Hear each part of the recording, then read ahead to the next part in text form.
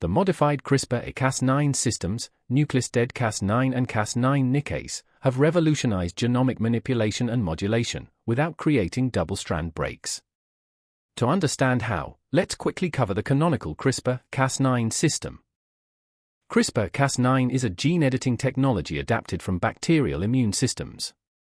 It acts as precise molecular scissors, using a guide RNA to direct a Cas9 nuclease to a specific DNA sequence. Cas9 is a nuclease, which unwinds DNA. It contains two nuclease domains, RUVC and HNH, one for each DNA strand.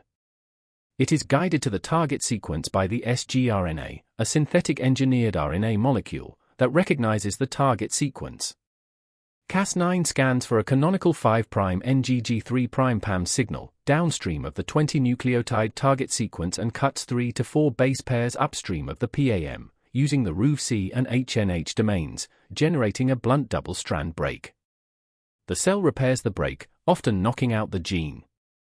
Classic CRISPR has risks.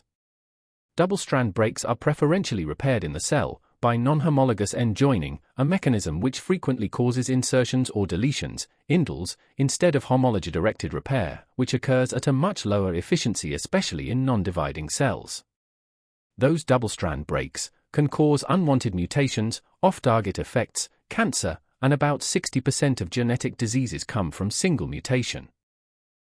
Base editing is widely considered a next-generation technology that overcomes key limitations of traditional CRISPR-Cas9, since it does not rely on inducing double-strand breaks. So, how does it actually work? To answer this, we need to talk about nCas9, nickase9, and dCas9, dCas9. These are engineered Cas9 with one or both, RUVC or HNH, catalytic domains mutated, rendering them incapable of cutting DNA. nCas9 contains a mutation in one of the two catalytic domains, resulting in a single-strand break. dCas9 have both domains mutated, rendering it incapable of cutting DNA.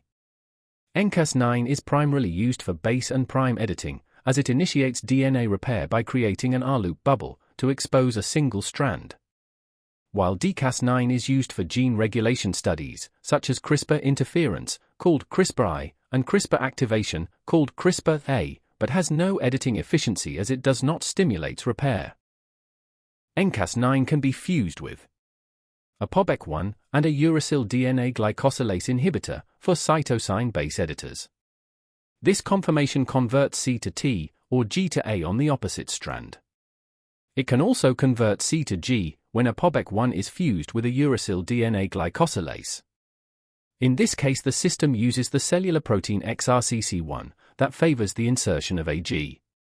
For more precise editing and to minimize off-target, Evo ApoBec1BE for Max or ApoBec3A are used.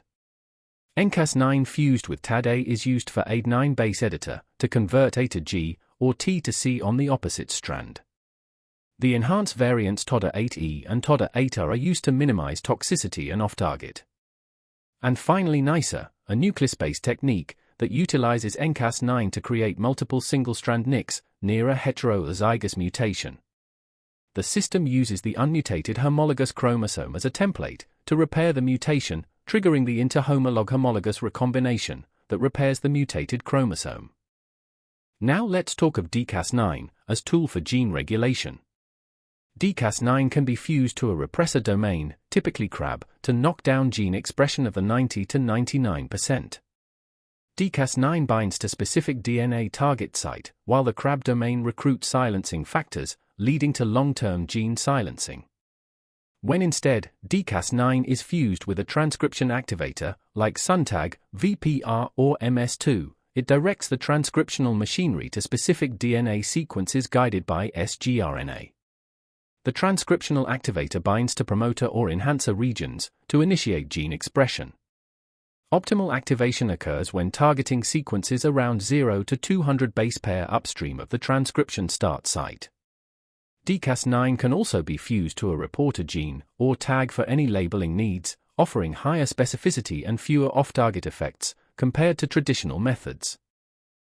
While nCas9 is advancing toward clinical applications, dCas9 faces challenges that keep it from being considered fully safe.